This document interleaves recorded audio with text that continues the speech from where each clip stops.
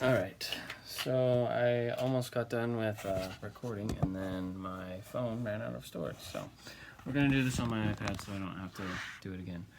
Um, so um, this is a review of my Interpretivist research project that I did for class, and I finished it not too long ago, about a week ago, and I just kind of built off of the same project that I did before for our scholarly paper, which was on whether music therapy has a beneficial effect on sexual or pornography addicts.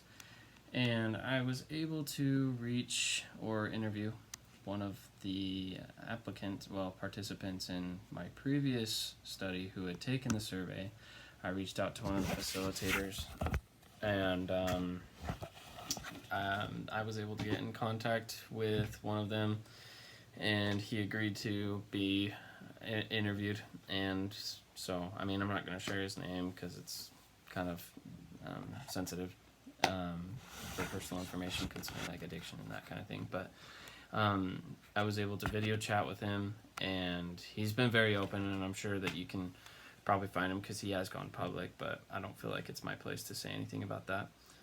But it was a great interview for me because after I had learned his name, I had learned that he had been a participant in a podcast which shared the stories of sexual addicts. And it was really cool because at the end of that podcast, actually at the end of every single one of those podcasts, every episode, they have the guest participant or somebody on the show pick a song to kind of send them off with.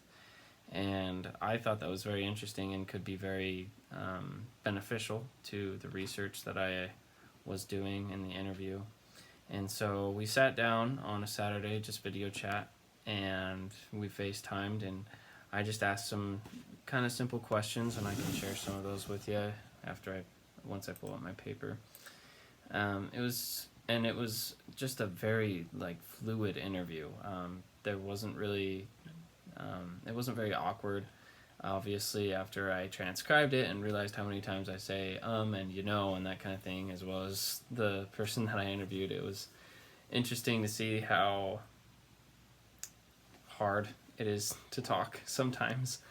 But I really appreciated it because he answered every question just so honestly, and I wrote about that in my paper that I was very appreciative, and it wasn't one of the requirements obviously in my interview, but I really appreciated the authenticity that he brought to the interview, because that isn't something that you can see in quantitative data when you're trying to tally how many times this guy says he likes a certain song or a genre or something like that, but rather those honest answers that he gave concerning the questions that I asked were very, very authentic, and I could tell that he was being sincere with his responses.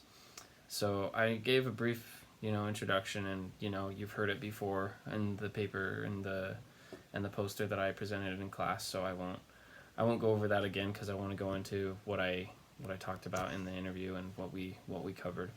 And so it was awesome because all I did was just ask him kind of basic questions, getting to know what kind of other therapy and profession, services that he had received before. And, he just talked about how he had received some services before, with just one-on-one, and he'd done some EMDR and some lifespan therapy just going through. And this is all specific in trying to address trauma from the past. And whether you like it or not, everybody has experienced trauma in some way or another. And in some extreme senses, there are specific therapies that address that. And EMDR, he said, was very, very beneficial, has been very beneficial for him. in that. He hasn't received music therapy services, but wow, time goes by really fast. I only have like 5 minutes left, but I might go over. Um, and he talked about his musical background and how he was influenced by hair metal and glamour rock and classic rock, because that's kind of what he grew up on. He was born in the 70s, I think, and once he was in his adolescence, 80s. And I asked him, there were some questions that built off of the questions that I asked with the responses that he gave, if that makes any sense. For example, after he had said that he had grown up on classic rock and that kind of thing, and he still listens to it. I asked him if he has any influence on his children or his family in general with his musical preferences, and he says not too much.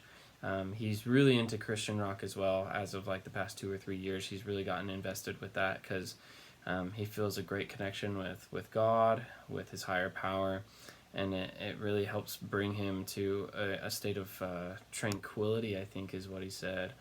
And it really helps him to make that connection with God and be in a healthier spot. But he did mention how his influence of classic rock and those kinds of things, 80s rock, on his son in particular was really cool, because he mentioned in a class they were playing a Name That Tune, and his son was in the class, and his son was able to answer all which the songs they were, Name That Tune, and they were playing like Pink Floyd and other 80s rock, Def Leppard, that kind of stuff, and really cool because he was able to. He's been able to influence his family in a subtle way, but still. And I've experienced the same thing. I love 80s and classic rock because of my dad's influence. So I asked him, because I had listened to that podcast that he had been a guest on, and the song that he chose was called Even If by the Christian rock group Mercy Me. If you've seen the movie I Can Only Imagine, that's the group that the main character is a part of. And I Can Only Imagine is probably their most popular song. Even If is by the same group. And I'm just going to quote him, word for word from what he said, because I really loved his response, because I asked him why he chose that song, Even If, by his favorite Christian rock group, Mercy Me. He said, "You're going to make me cry" during this interview, and then he laughed. He said it's the message of it just really resonated with me, and I felt very connected to the band and to the singer, because I felt like they were expressing empathy for me.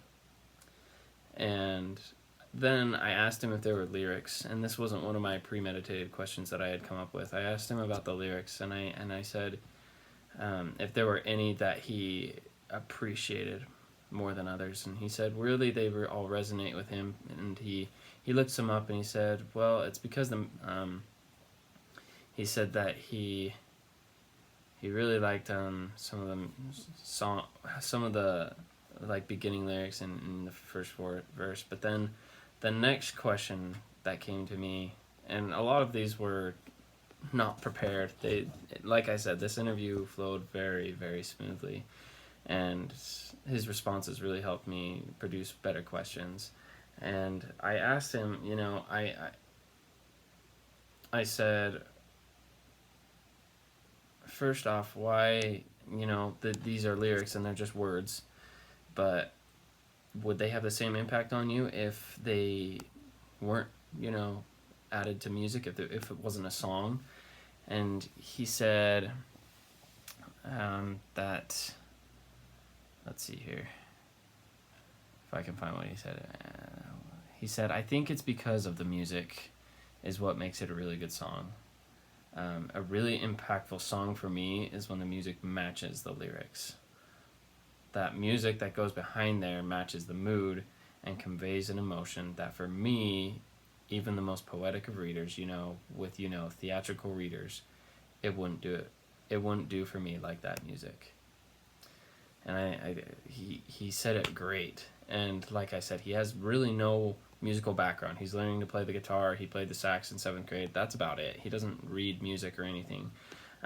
He doesn't know music theory, but the way he described it, how the music matches the mood, um, that I think that makes a great song, and I would have to agree with what he said.